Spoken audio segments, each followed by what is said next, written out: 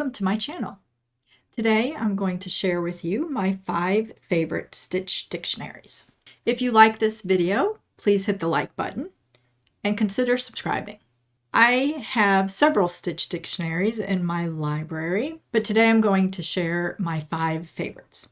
Actually, I have a few more than 5 to share with you, but some of them can be lumped together. My absolute favorite stitch dictionary is The Second Treasury of Knitting Patterns by Barbara Walker. I go to this book first, typically. It has a wide range of types of stitch patterns and is great to look at for inspiration.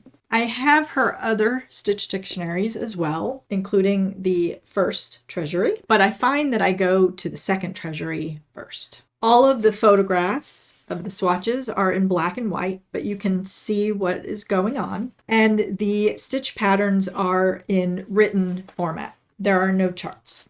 My second favorite stitch dictionary is the Japanese Knitting Stitch Bible.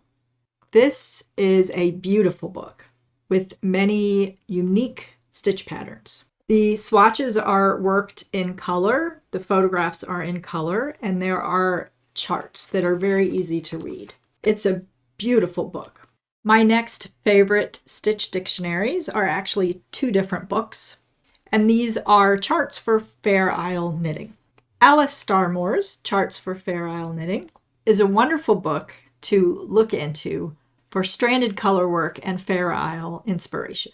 The charts are all dot grid charts, but that is really all you need for your Fair Isle design inspiration. You get to pick the colors and play with the designs. Also for Fair Isle and colorwork knitting is the book 200 Fair Isle Motifs by Mary Jane Mucklestone. This book has swatches worked in color, and the photographs are in color, and it includes both dot grid charts and some color chart examples. This book includes a lot of Peary and very narrow band motifs, so I love looking in this book for all of those supporting colorwork bands to use when designing Fair Isle. The next stitch dictionaries that are a couple of my favorites also kind of go hand in hand.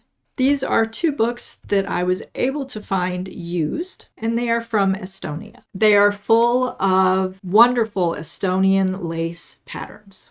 I will not attempt to pronounce the title of the book, but this one is by Leili Reimann from 1986.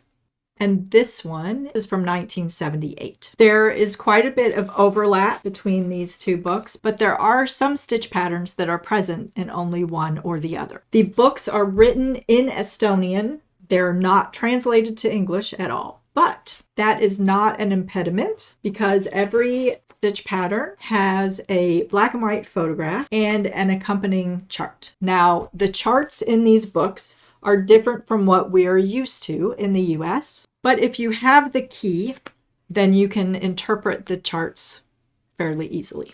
The last stitch dictionary I want to share with you today is the Knitted Cable Source Book by Nora Gahn. I have a couple other cable stitch pattern books, but this one seems to have a very nice variety. This is a new addition to my library, and I'm very glad that I got it. The stitch patterns are worked in color yarn, and the photographs are in color, and there are both written directions and charts for the stitch patterns. So those are my favorite stitch dictionaries. A few more than 5, more like 8, but these are the books I go to time and time again when designing a variety of projects. Do you have a favorite stitch dictionary that I haven't mentioned? Let me know in the comments below. I hope this video was helpful. Don't forget to like and subscribe, and thank you so much for watching.